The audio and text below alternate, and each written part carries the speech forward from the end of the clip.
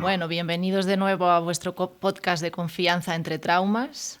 Tenemos otro capítulo sobre fracturas de pelvis y acetábulo y contamos con la inestimable presencia del doctor Sancineto, que viene del Hospital Italiano de Buenos Aires, del doctor Michel Oransky, que viene de Roma, y de Adrián Roa, que viene de Venezuela. Entonces, vamos a comenzar por un tema que es muy importante, que es la clasificación de las fracturas de pelvis y acetábulo. ¿Qué opináis de la utilidad de esta clasificación? ¿Creéis que es fundamental? ¿Creéis que ayuda en la toma de decisiones? ¿Creéis que a veces puede incluso confundir? ¿Qué opinión? Bueno, es fundamental porque si no, tú no entiendes, no sabes cuál es el objetivo tuyo y qué es lo que vas a obtener. A este propósito quiero comentar sobre una película que Le Tournelle publicó en el 1977. Entonces, cuando yo era asistente en la clínica ortopédica allá en Roma, llevé la película, la tenían en la embajada francesa, llevé la película el martes por la tarde, había unas reuniones, la vimos y nadie entendió nada. Ninguno logró entender nada de la clasificación del acetábulo y de la pelvis. Y así pasó. Después de muchos años, yo estaba un día paseando por Roma y paso delante del consulado de Francia. Y me acuerdo de eso y entro y le digo, oiga, pero usted, yo había tomado de aquí la película de la clasificación de las fracturas del acetábulo. ¿La tienen todavía? Entonces la tipa me dice, mire, entre en esa sala, estamos tirando todo. Si la consigue, es suya. Y yo busqué y tengo la pizza de 16 milímetros de la película de las fracturas de acetábulo, de la clasificación. Y después se la di a un amigo y él me la digitalizó y ahora tengo este video en digital que es la... ¿Y cómo es este video? ¿Sale Le Tournelle? No, es la voz de Le Tournelle y Le Tournelle en unos modelos de hueso verídico explica cada tipo de fractura, explica cuál es el vector principal que genera la fractura y, digamos, describe en las radiografías cuáles son las líneas que se han desplazado o interrumpido. Tú sabes que hay unas líneas fundamentales en el acetábulo, entonces él para cada ejemplo pone la radiografía. Entonces, en ese tiempo hizo una película en la cual aparecían las líneas, desaparecían, pero es solo clasificación.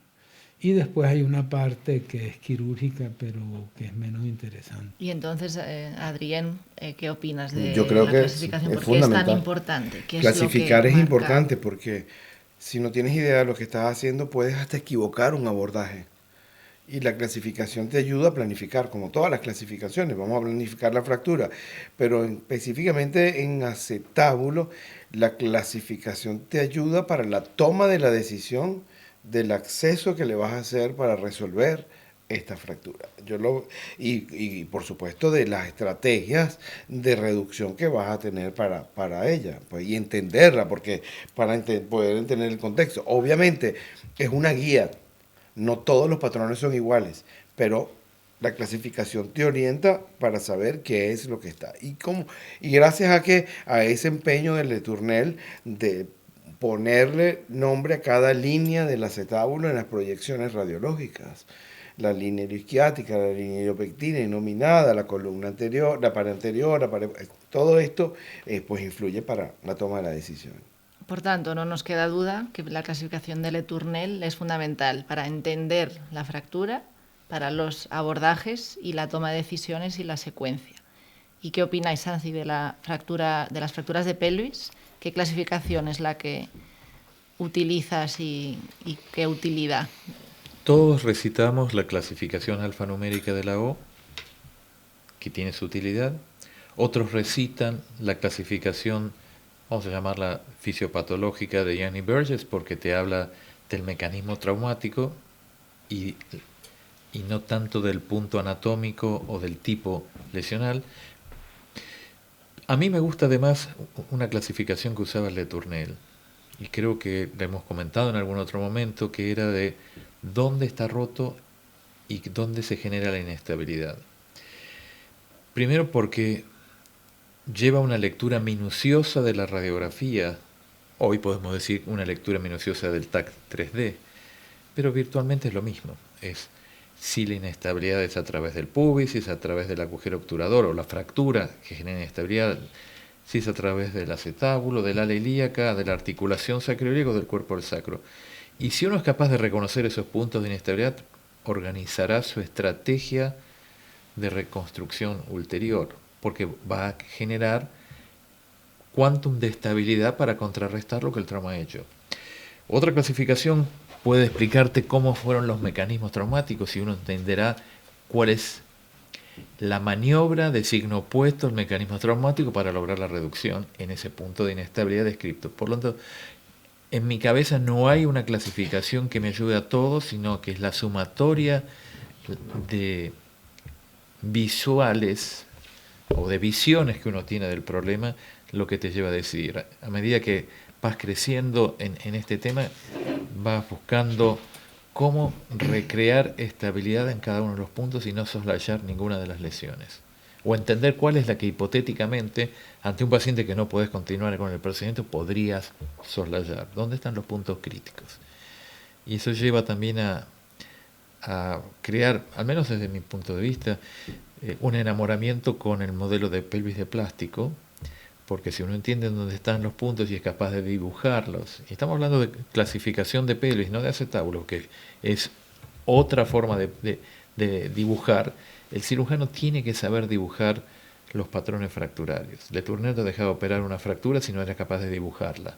Por tanto, podremos decir que es fundamental tener todos una pelvis de plástico si queremos empezar en este mundo de la cirugía de pelvis y acetábulo en casa y planificar con esa pelvis. Yo tenía dos pelvis de plástico, no una.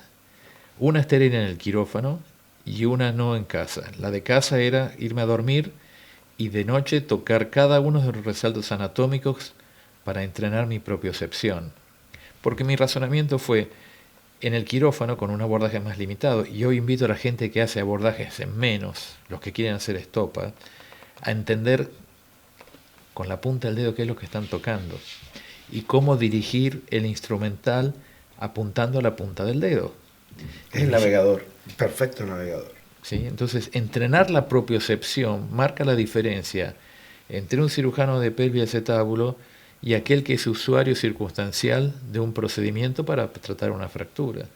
Hasta el punto que le voy a pedir a Michelle que cuente la historia que conocemos de cómo se orientaba Le Tourneur y cómo tomaba decisión de la orientación de su tornillo, de su instrumental y cómo medía. Bueno, Le Tourneur tenía unas brocas, algunas que tenían colores, entonces él sabía si llegaba el rojo que era de 40, si llegaba el azul que era 60, qué sé yo, pero él sacaba la broca y estaba la instrumentadora ya más o menos con la medida exacta en el agujero. Pero además, ¿cómo reducía una sacroilíaca? ¿Cómo la controlaba? ¿Usaba radioscopía? No, esa es la cosa espantosa de Le Tourneur. Le Tourneur, o sea, la capacidad que tenía él hacía un acetábulo y rarísimamente usaba el fluoroscopio, pero verdaderamente rarísimamente. Él usaba el dedo para tocar las varias superficies. Y sí, tenía el ataque tridimensional, pero verdaderamente para él el fluoroscopio era el rayo de la muerte. Por eso, para él eso era, no quería usar rayo. ¿Y cómo entrenaríais una propiocepción en pelvis? ¿Cómo explicaréis a los oyentes que eso que dijo Sansi, tener la pelvis en la mano y tocarla, cerrar los ojos, porque tú tienes que, en los cursos le explicamos a los participantes cuando están en este proceso de hacer los abordajes en los cadáveres, pues que cierren los ojos, toquen con sus dedos y sientan la pelvis dando vuelta en el cerebro, porque eso te da a ti una tridimensionalidad de lo que estás haciendo. El problema es que nos han acostumbrado desde chicos a tener una visión de 2D, con el intensificador de imagen. Entonces hay una dependencia absoluta con el intensificador de imagen y se olvidan. Después entonces al no tener la tridimensionalidad se tardan mucho o no logran unas reducciones perfectas. Entonces el dedo es un navegador, hace un circuito en el cerebro y lo que estás tocando y dónde estoy ubicado para yo poder orientar la mano, la contramano, para pasar una broca, para poner una pinza, para reducir. Pero la propiocepción es tocando la pelvis, tocándola, teniéndola. Sí, pero digamos que tú asocias tu toque o pones un instrumento en un lugar y usas el fluoroscopio. Ahora, modernamente nosotros no podemos prescindir del fluoroscopio, Sí, claro. porque es fundamental, porque ponemos tornillos peligrosos y tenemos que estar seguros de dónde va el tornillo, ¿no? ¿No? Y que seguro que la reducción esté perfecta también. También, sí, claro, sí. Pero es una forma de educar tu propiocepción. Sí. Uno hace un correlato entre lo veo así, lo toco así, y vas optimizando tu entrenamiento. Y vas disminuyendo el tiempo de uso del intensificador. También. Porque ya tú sabes lo que has hecho, has reducido. Y tú simplemente usas el intensificador para confirmar. Por lo menos yo en una pared posterior ya no uso intensificador. Prácticamente, bueno, si lo queremos ver para ver cómo está el tornillo que va hacia el isquion, si no está más largo o más corto, pues lo podemos usar pero un solo golpe, tac, clac, y ya. Pero si ambas columnas lo necesitas, pues una fractura transversa, que estás haciendo un solo abordaje para hacer reducir las dos, una fractura transversa, la columna anterior tienes que usar el intensificador, porque dependiendo de dónde lo estés haciendo, pero... Sí, y varias proyecciones, porque a veces pones tornillos, a mí me ha pasado que puse un tornillo que era largo y pasó entre la vena y la arteria. Yo estaba. Y no pasó nada con el paciente. Tuvimos que meterlo con vascular y abrir y con una cortador de cizalla, le dicen aquí. Sí. Una cizalla cortar la punta de... Entonces, sí. Pero Yo estaba entrenándome con Michelle, eso fue en el año 2004. Sí. yo te comenté que idealmente a mí me gusta tener dos pelvis. La otra, estéril en el quirófano, para cuando uno tiende a hacer técnicas percutáneas y aún en técnicas abiertas, el cirujano tiene el sentido de lo que quiere hacer, pero el ayudante no, o la instrumentadora. Es una herramienta didáctica increíble, porque agarras la pelvis de plástico y le dices a tu equipo, bueno, ahora quiero hacer esto, esto y esto. Y si sos capaz de demostrar en esa pelvis de plástico, la gente va a estar enganchada en la cirugía, va a estar motivada por la cirugía y va a transformar una larga cirugía compleja en un acto de aprendizaje constante. Y le decís, bueno, ahora voy a colocar una mecha que va a ir de aquí a acá y un tornillo que la va a seguir, o la placa la vamos a moldear de esta forma. Y es nuevamente, pones tu mano en la pelvis de plástico y calculas la trayectoria de tu mecha, sacas la mano de la pelvis de plástico, la pones dentro del paciente, lo que veías en la pelvis de plástico no lo ves en el paciente y nuevamente entrenas tu capacidad de propiocepción. Perfecto. Entonces, Pero no solamente es para la pelvis, es para cualquier hueso. O sea, tú tienes que tener el hueso nadando en tu cerebro mientras estás operando, porque eso te va a orientar muchísimo para la hora de hacer las reducciones, de las rotaciones, de pasar el tornillo, de poner la placa. O sea, es fundamental la Sí, tridimensionalidad en el cerebro. Podemos decir, para cerrar el capítulo, que la propiocepción es fundamental en pelvis, que todos debemos tener al menos una pelvis de plástico y entrenar con ella, y que además de esto las clasificaciones son muy importantes y fundamentales, y si tenemos la oportunidad pondremos... Y bueno, vea, tú que estás empezando también en este mundo de la pelvis acetábulo, te invito a que te lleves la computadora al quirófano, pongas el abordaje de Le Tournelle, el video, y le dices al residente que le dé pausa y continúa y te vas y vas haciendo tu abordaje. Porque así lo hice. No, pero hay otra cosa importante. Tú debes saber que en cada lugar donde pases la broca hay una distancia. Y si tú estás midiendo 100 y tú sabes que esa distancia es 60, tienes que verificar, ¿entiendes?